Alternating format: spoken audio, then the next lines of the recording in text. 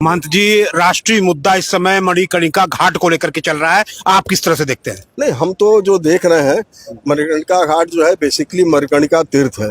उसको कहा जाता है चक्र पुष्करणी तीर्थ। और वो भगवान विष्णु वहाँ पे तपस्या किए हैं, अपने चक्र से उन्होंने कुंड बनाया। और रही बात मणिकर्णिका घाट की, तो ये भी समझ लीजिए कि गंगा के अवतरित होने के पहले वो तीर्थ रहा है। तो आप समझ कितना पुराना तीर्थ है। तो उसको तो बनारसियों को या जो भी आता है तीर्थयात्री, उसको सर माथे पे रखना चाहिए और उसको ओरिजिनल फॉर्म में आप रखिए, तब तो उसके वाइब्स को समझेंगे, उसके महत्व को समझेंगे। अब एक आर्टिफिशियल आप वहाँ कुंड बना दीजिए और जो मन करे वो कर दीजिए, तो वो चीज़ें, वो वाइब्स खत्म हो जाएंगे। अच्छा, बनारस का ब्यूटी यही है कि यहाँ ओल्ड बिल्डिंग और मॉन्यूमेंट्स हैं और उसमें जो लोग रहते हैं वो हमारे लिए इम्पॉर्टेंट है। और कहा जाता है काशी वासी ये शिव जी के ही तत्व हैं। तो आप किसी काशी वासी से दिलगी भी मत करिए, वो भी शिव के ही पार्ट हैं और वो यहाँ इसलिए कि शिव जी चाहते हैं।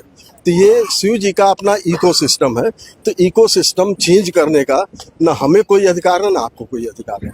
तो शिव जी का चीज़ और शिव जी का ड्वेलिंग स्पेस शिव जी के मन से चलने दीजिए। और एक शब्द है कि एक नेचुरल डेवलपमेंट, तो नेचुरल डेवलपमेंट पे बनारस डेवलप हो, ये सबसे बड़ी बात है। फोर्स डेवलपमेंट नहीं करना चाहिए। आपके मन में कुछ मॉडल है, ले आके भिड़ा दीजिए इसमें, तो वो चलेगा नहीं वो चीज़।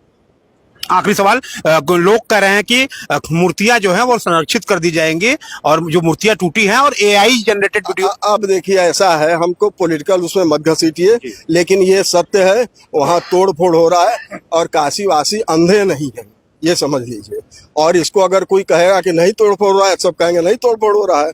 अच्छा, अगर आप ये शहर को आप अगर ये डेजिग्नेट करना चाहते हैं, वाकई ये मुर्दा शहर है, तो कुछ बोलेगा ही नहीं। आप यही चाहते हैं ना कि बनारस कुछ बोले ही नहीं, चाहे जो भी हो यहाँ। तो इस शहर में अभी भी कुछ जीवित लोग हैं जिनको वेदना होती है ऐसे कृत्यों से। तो इसको समझ के और घाट पे शौचालय, घाट पे सुविधा। अच्छा, क्रिमेशन घाट पे आप कौन सा सुविधा देना चाहेंगे?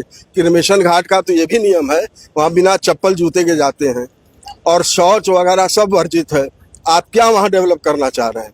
आप क्या 5 स्टार की सुविधा डेवलप करना चाहिए? यही ना कहा जा रहा है कि यात्रियों की सुविधाओं के लिए। तो वहाँ क्या प्लेजर के लिए जा रहे हैं कि उसमें आदमी शोक में जाता है, क्रिमेशन करता है? वहाँ जो स्मशान के नियम को मानते हैं वो एक घूंट पानी भी नहीं पीता है, ये आप समझ लीजिए। और शौच वगैरह के लिए तो जाएगा, ऊपर जाएगा, घाट पे नहीं करेगा। आखिरी सवाल, गंगा माता को माँ भगवती आपने शुरू में कहा, कई बार आखिरी सवाल आप कर दिए हैं। हाँ, नहीं ये आखिरी है। ये माँ गंगा को भगवती माता आपने कहा कि बाहर के लोग जो आते हैं, कई लोग काशी को शहर मानते हैं, गंगा को नदी मानते हैं, लेकिन हमारा दृष्टिकोण कुछ अलग है।